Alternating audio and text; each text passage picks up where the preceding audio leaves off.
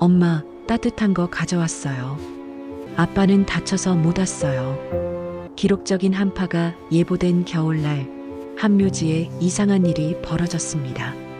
고급 검은 코트를 입은 노부부가 하얀 케이크 상자를 들고 묘소 앞에 섰는데 그들보다 먼저 온 손님이 있었습니다.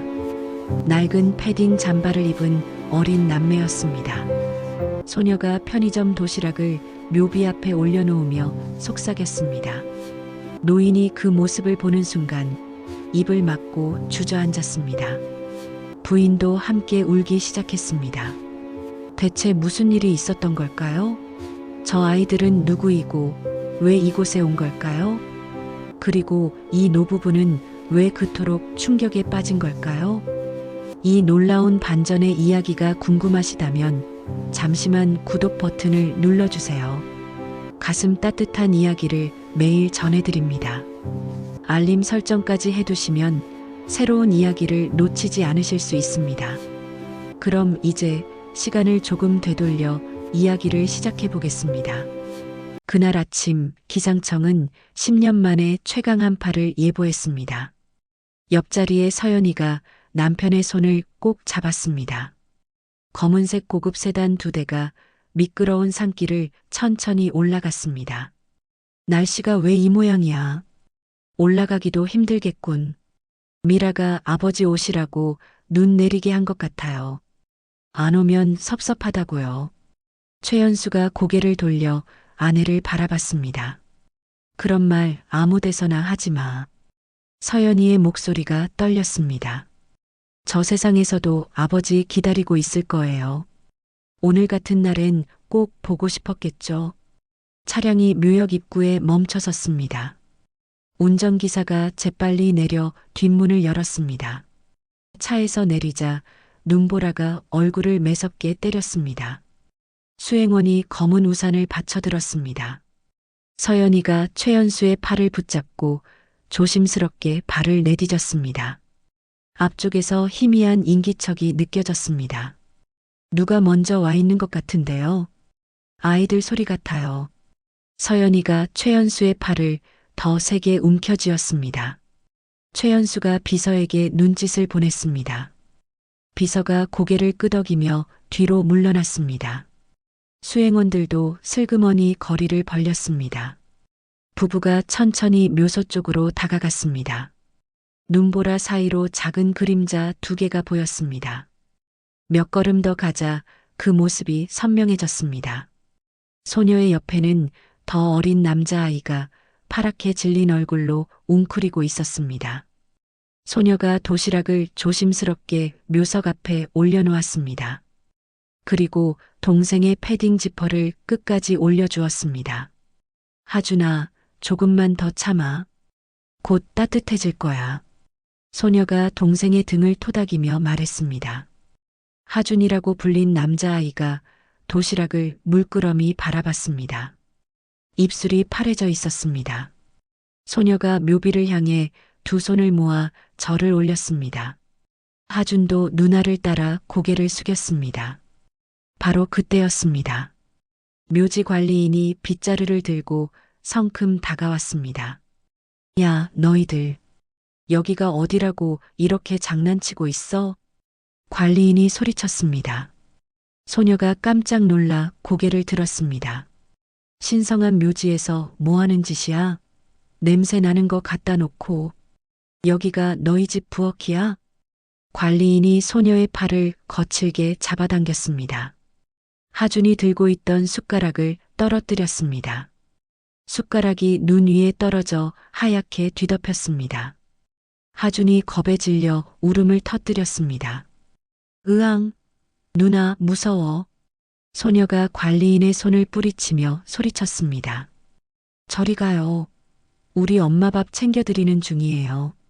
엄마가 추울까봐 따뜻한 거 가져온 거라고요. 소녀가 작은 몸으로 묘비 앞을 가로막았습니다. 2 팔을 벌려 묘비를 지키려는 모습이었습니다. 관리인이 더 세게 소녀의 팔을 잡아당겼습니다. 이것들이 정말 버르장머리가 없네. 바로 그 순간이었습니다. 거기 그 손 당장 놔. 아이한테 뭐 하는 짓이야? 최연수의 천둥 같은 목소리가 울려 퍼졌습니다. 관리인이 화들짝 놀라 뒤를 돌아봤습니다. 최연수가 성큼 다가오고 있었습니다. 관리인의 얼굴이 사색이 되었습니다. 이 묘역의 실소유주가 누군지 그도 알고 있었습니다. 죄송합니다. 회장님, 제가 몰라서 그만. 관리인이 소녀의 팔에서 손을 떼며 허둥지둥 뒷걸음질 쳤습니다. 최연수가 관리인 앞을 가로막아 섰습니다. 지금 당장 내 눈앞에서 사라져. 더 버티면 오늘로 자네 일자리는 끝이야. 관리인이 고개를 깊이 숙이며 황급히 자리를 떠났습니다. 최연수가 천천히 아이들 쪽으로 고개를 돌렸습니다. 소녀가 꽁꽁 언 붉은 손으로 동생의 콧물을 닦아주고 있었습니다. 그 눈매를 본 순간 최연수의 몸이 굳었습니다. 죽은 딸 미라의 어린 시절 모습이 겹쳐 보였습니다. 똑같은 눈매였습니다. 최연수의 온몸에 전율이 흘렀습니다. 서연이가 떨리는 목소리로 아이들에게 다가갔습니다. 얘야, 이게 누구 묘손이? 여기 자주 오는 거니? 서연이가 무릎을 꿇고 소녀와 눈높이를 맞췄습니다. 소녀가 경계하는 눈빛으로 서연이를 쳐다봤습니다. 그리고 하준의 손을 꽉 잡았습니다. 저희는 그냥 갈게요. 방해해서 죄송해요. 소녀가 가방을 급히 챙기기 시작했습니다. 최연수가 비서에게 눈짓을 보냈습니다. 비서가 고개를 끄덕이고 조용히 거리를 두고 물러섰습니다. 아이들을 자극하지 말라는 뜻이었습니다. 소녀가 보온병과 빈 도시락, 용기를 챙겼습니다. 그런데 묘석 앞에 뭔가를 더 놓으려 했습니다. 주머니에서 꼬깃꼬깃한 종이 한 장을 꺼냈습니다. 종이를 펼치자 서툰 손으로 그린 건축 도면이 나타났습니다. 집의 평면도였습니다. 삐뚤빼뚤하지만 정성스럽게 그린 흔적이 역력했습니다. 소녀가 그림과 함께 작은 쪽지도 꺼냈습니다. 쪽지에는 비뚤한 글씨로 뭔가 적혀 있었습니다.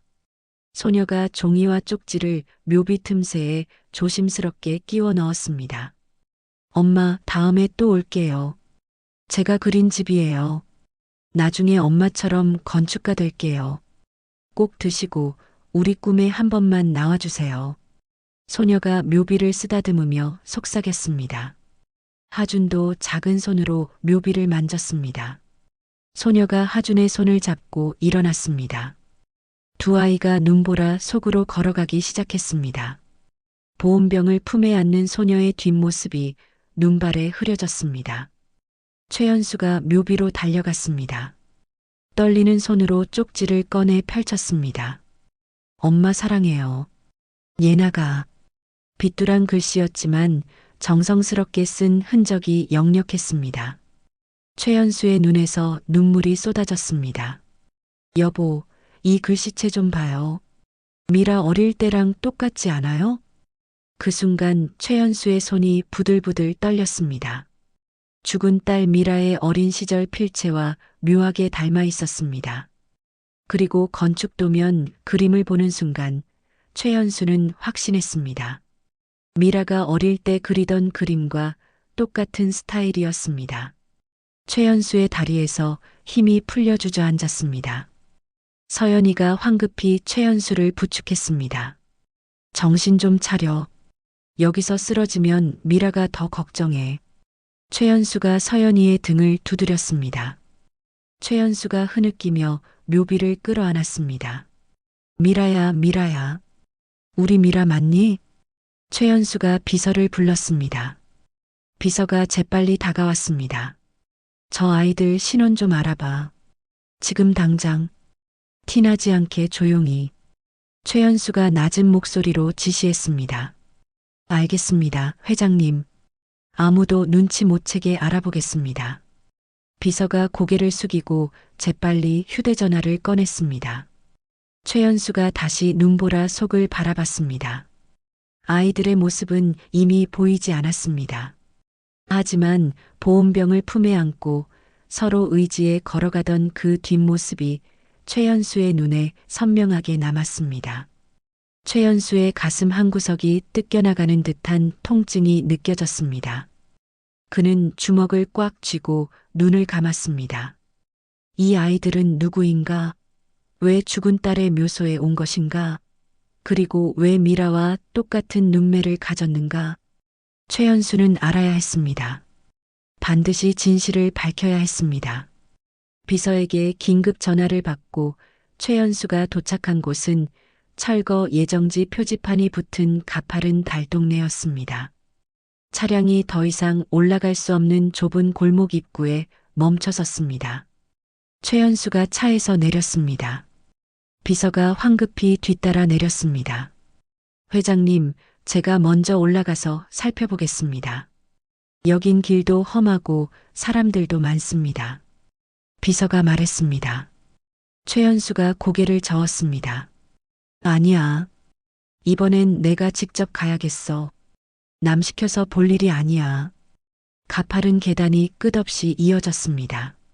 녹슨 철제 난간이 위태롭게 흔들렸습니다.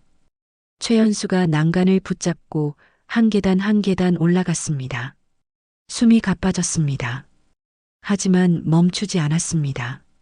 달동네의 가장 높은 곳에 다다르자 허름한 판잣집이 나타났습니다. 창문이 깨져 있었고 비닐이 덕지덕지 붙어 있었습니다.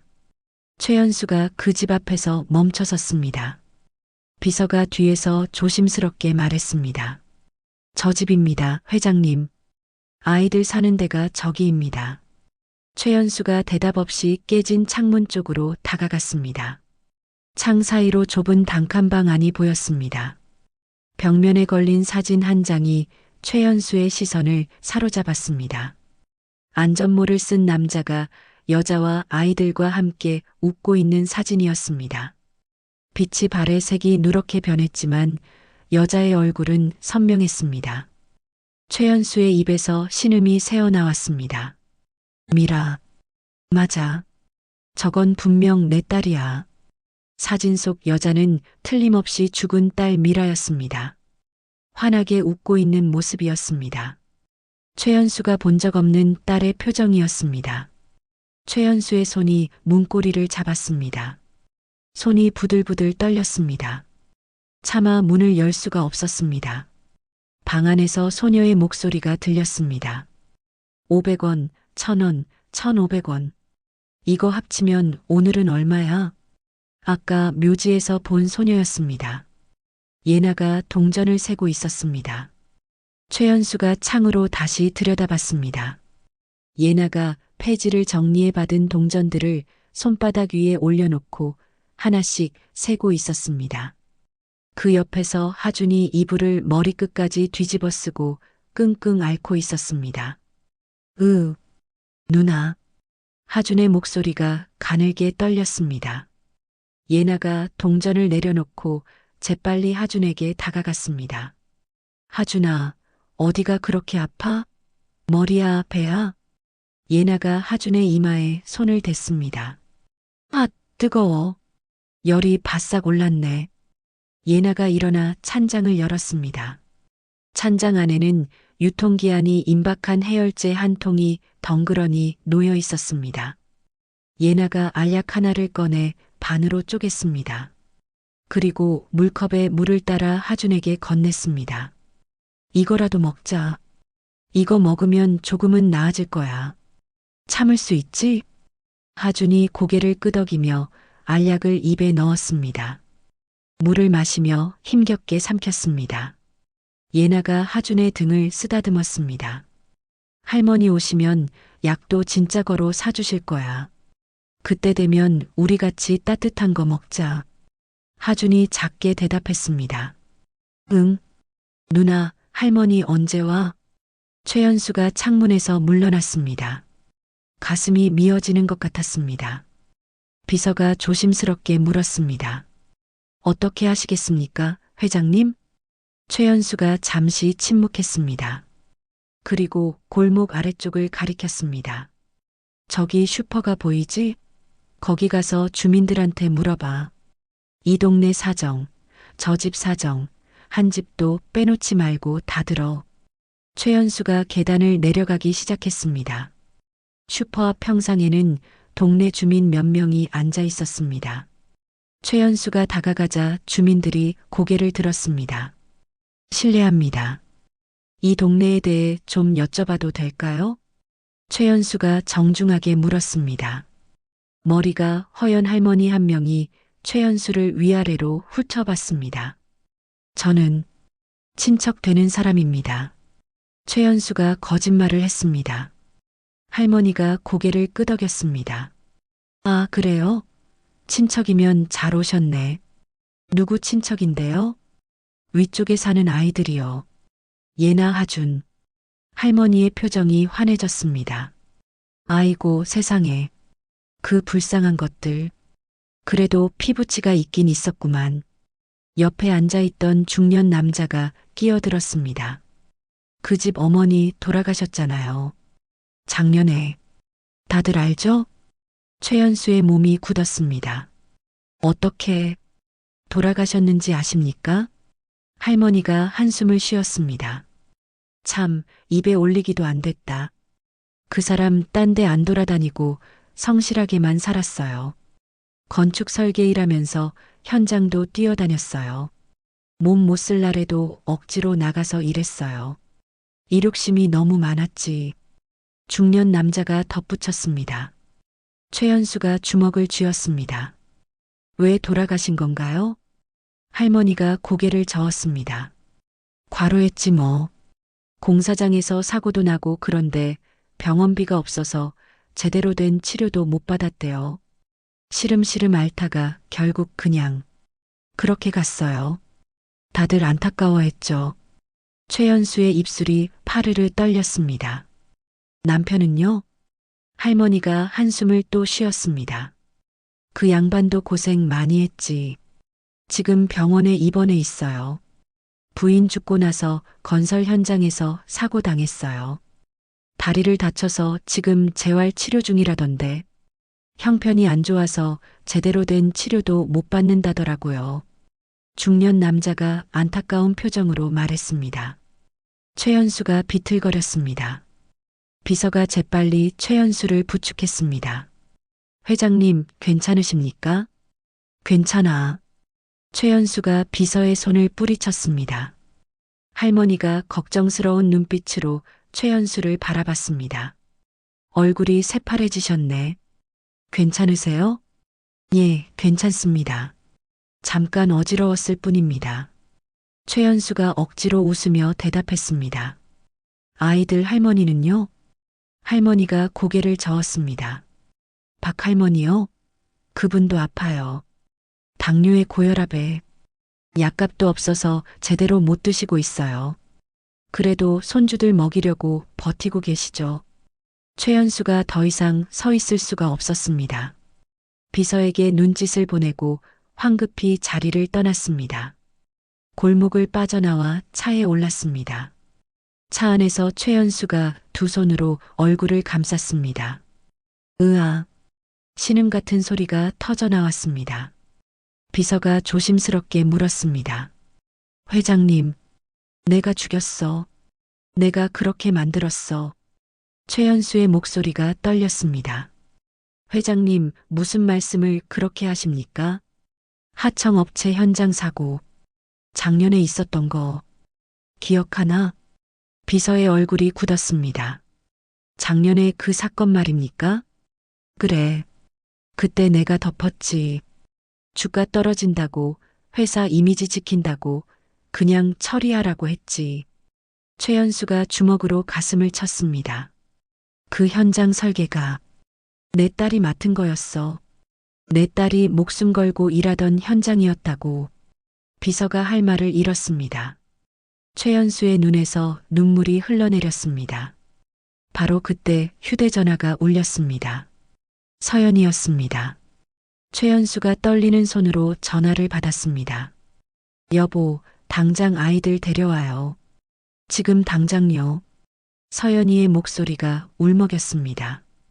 진정해. 어떻게 진정해요? 우리 손주들이 저렇게 사는데 내가 어떻게 가만히 있어요? 서연이가 소리쳤습니다. 최연수가 깊게 숨을 들이쉬었습니다. 사위부터 살펴야 해. 뭐라고요? 강도윤. 사위 이름이 강도윤이야. 지금 병원에 입원해 있대. 서연이가 숨을 몰아쉬었습니다. 그럼 지금 당장 병원으로 가요. 1초가 급해요. 그래. 최연수가 운전기사에게 지시했습니다. 차가 출발했습니다. 병원에 도착한 최연수가 재활센터 병동으로 향했습니다. 간호사에게 강도윤을 찾는다고 하자 간호사가 복도 끝을 가리켰습니다. 저기 재활치료실에 계실 겁니다. 최연수가 치료실 문을 열었습니다. 안에서 한 남자가 평행봉을 붙잡고 간신히 걷는 연습을 하고 있었습니다. 30대 중반으로 보이는 남자였습니다. 얼굴에는 땀이 송글송글 맺혀 있었습니다. 다리를 절뚝이며 한 걸음 한 걸음 내딛었습니다. 조금만 더 힘내세요. 이제 거의 다 왔어요. 물리치료사가 격려했습니다. 남자가 고개를 끄덕이며 이를 악물었습니다. 그때 최연수와 눈이 마주쳤습니다. 남자의 눈이 커졌습니다. 최연수의 얼굴을 알아본 것 같았습니다. 남자가 평행봉에서 손을 놓으려 했습니다. 잠깐만요, 환자분. 물리치료사가 황급히 남자를 부축했습니다. 최연수가 천천히 다가갔습니다. 강도윤 씨, 맞습니까? 남자가 고개를 끄덕였습니다. 예, 저를 어떻게... 미라의 아버지입니다. 최연수의 목소리가 떨렸습니다. 강도윤의 눈에서 눈물이 쏟아졌습니다. 장인어른, 강도윤이 무릎을 꿇으려 했습니다. 최연수가 황급히 강도윤을 부축했습니다. 안 돼요. 다친 몸으로 무슨 짓입니까? 죄송합니다. 죄송합니다. 제가 못나서 미라를 지키지 못했습니다. 강도윤이 소리내어 울었습니다.